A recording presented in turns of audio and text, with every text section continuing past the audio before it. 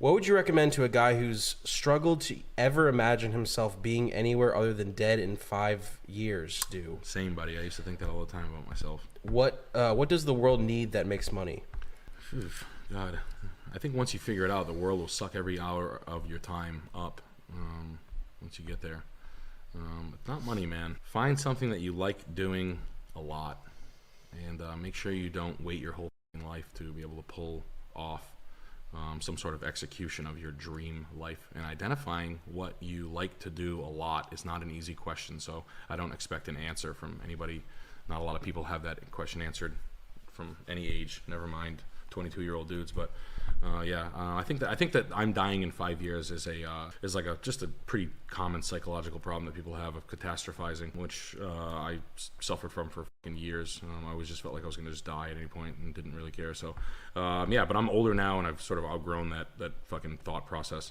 But identifying what you like to do a lot of, and make sure you clearly identify, because I thought I wanted to open an antique store and run that as hell on earth. I like selling antiques, but I didn't like opening myself to the public, even though I'm here telling you guys all my mental problems on but no, so and I'm glad I did that at a younger age, because I was like, I'll never do that again. I'm not gonna like get old and be like, this is my store, and then I have to hear from like losers that don't know what the they're looking at.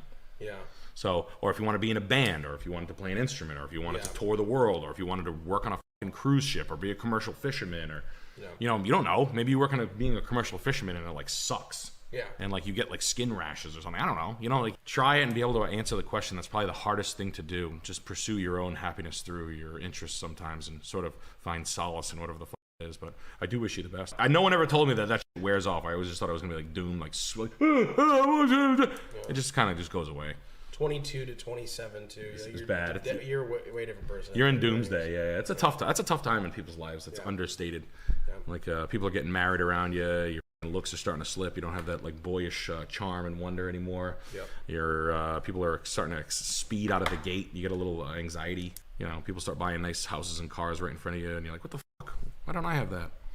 Don't worry about it. It goes away. Hey guys, do you have any advice for younger guys who are having issues with depression / loneliness? It feels like men's mental health isn't taken seriously. Thanks for the laughs. They make a difference more than you would ever know. It means a lot, man. Yeah, you chuck it. 100%. We all feel that stuff. I mean, you can chalk a lot of that things up to your testosterone being depleted, hormonal warfare, genetic warfare, eugenics. You can chalk it up to that. But I'm saying, you can get down that rabbit hole if you want to. We can go all the way with that. But the only power you have in this world, we all feel the depression. You all feel something you feel you think it's your heart, but it's not. It's your gut. You can go into gut health if you want to go there. But I'm saying, and that's important. I'm telling you, gut health is important. Take care of your stomach. But when it comes to the only power you have in this life is what you think. What you think is amplified. What you think, manifests. I don't want to use those words. No, you put on thought train. It's crazy. What the only power you have, you got to pay taxes, you got to die, you got to do this and that, you got to do all this. But the only power in the world that cannot be taken, that can only be given, is your thoughts. And it gives off, there's an energy. And prayer is the only power you have, okay? When it comes to depression and this and that, you can look towards hormones and this and that. This is beyond the scope of the question. But the only power you have is how well you can pray, how well you can master your thinking.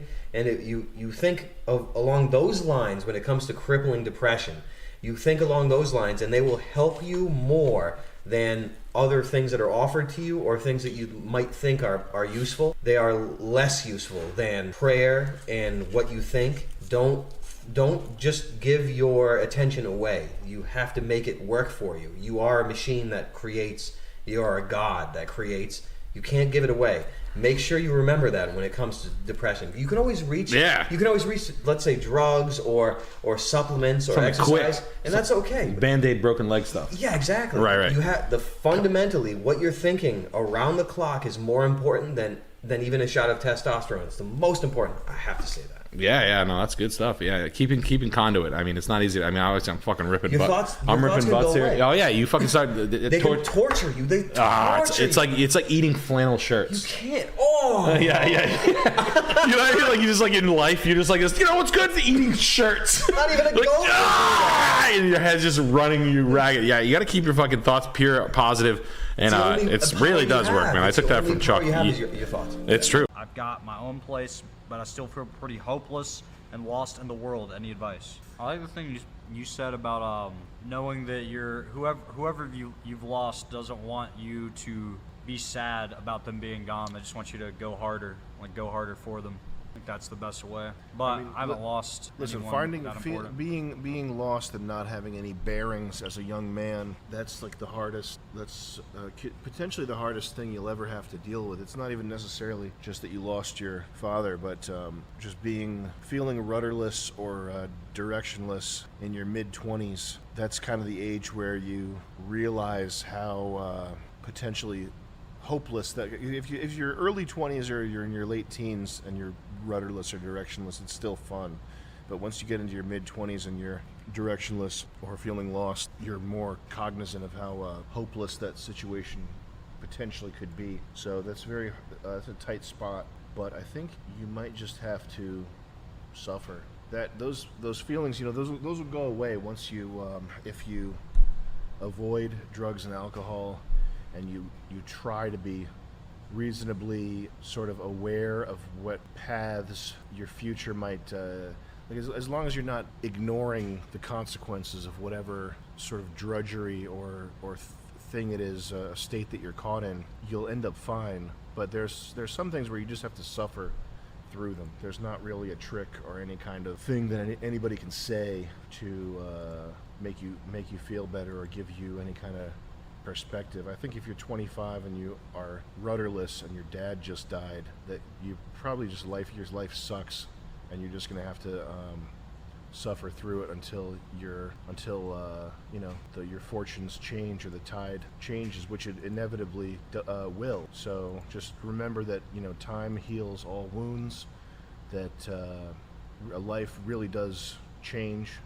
And do the best that you can, and don't turn to substances or any kind of empty crap to fill that hole. Be comfortable with the fact that there's a hole there. That's what I would say about that.